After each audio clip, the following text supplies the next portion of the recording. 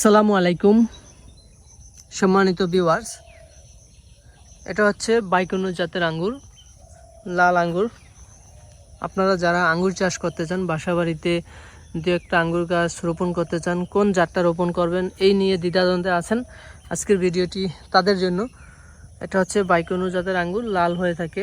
এই যে আমার এখানে সবুজ আছে, এখনও পরিপূর্ণভাবে আসলে পাকে নাই। এই যে উপর থেকে কিছুটা পাকা শুরু করেছে।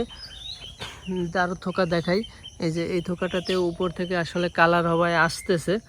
এই যে এই থোকাটাও কালার আসা শুরু করেছে। এটা হচ্ছে বাইকোনো জাতের আঙ্গুর। আপনারা যারা বাসাবাড়িতে আঙ্গুর চাষ করবেন অবশ্যই বাইকোনো জাতটা দিয়ে শুরু করতে পারেন। পাশাপাশি আপনি অন্যান্য জাত, ব্যালেন্স, ডিকসন, এরকম জাতগুলো আপনারা সংগ্রহ করতে পারেন। তো শুরুতে আমি মনে করি বাইকোনোর জাতটা দিয়ে শুরু করা উচিত। এখানে কিছু চারা রেডি আছে, আপনারা চাইলে চারা সংগ্রহ করতে পারেন। আমরা সারা বাংলাদেশেই এই বাইকোনো জাতের আঙ্গুরের চারা ডেলিভারি দিয়ে থাকি। আপনারা যে কোনো জায়গা থেকে কুরিয়ারের মাধ্যমে এই বাইকোনো জাতের আঙ্গুরের চারা সংগ্রহ করতে পারবেন। এটা দেখুন, চমৎকার একটা কালার। এরকম কালার আসবে যখন আপনার বাগানে, তখন আপনার খাওয়ার থেকে দেখতে বেশি ভালো লাগে কাজ করবে। আসলে অন্যরকম একটা অনুভূতি। এই যে এই থোকাটাতেও কালার আসা শুরু করতেছে। এরকম একটা থোকা হলে আপনার ফ্যামিলিতে একবার কাটলে আপনার সকালে একবার খাওয়ার ব্যবস্থা হয়ে যাবে। এরকম আসলে চমৎকার অনুভূতি। যদি আপনার এই যে আমার যে গাছটা দেখছেন, এই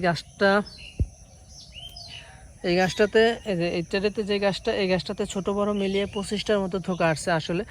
এরকম যেমন এই যে এই একটা থোকা, পরে এই একটা থোকা, এভাবে ছোট বড় মিলিয়ে এরকম 25টা থোকা আসছে। তো আপনারা যদি এরকম প্রথমবার লাগানোর পরে যদি 20 থেকে 25টা থোকা পান আসলে, তাহলে তো আপনার অনেক কিছু। পরবর্তীতে আবার যখন গাছটা বড় হবে দ্বিতীয় বছর, তখন আবার আরও বেশি ফলন পাবেন। তো দর্শক, আপনারা যারা চারা সংগ্রহ করতে চান বাসাবাড়ি ছাদে, উঠানে লাগানোর জন্য আমাদের সাথে যোগাযোগ করবেন। আমরা কুরিয়ারের মাধ্যমে সারা বাংলাদেশে এই আঙ্গুর ফলের চারা ডেলিভারি দিয়ে থাকি। বিশেষ করে বাইকোনো জাতটা এখন অ্যাভেলেবেল আছে আমাদের কাছে, আপনারা চাইলে সংগ্রহ করতে পারবেন। আর মাটি শুকিয়ে যাওয়ার কারণে আসলে সেচ দেওয়া হচ্ছে, অনেকদিন যাবৎ বৃষ্টি হয় না, মাটি শুকিয়ে গেছে। তো একটু পরিচর্যা করারও দরকার হয় আঙ্গুর গাছের। আপনারা যদি পরিচর্যা করতে পারেন, মাশাআল্লাহ এরকম ফলন পাবেন। আপনারা সকলে ভালো থাকবেন, সুস্থ থাকবেন। আল্লাহ হাফেজ।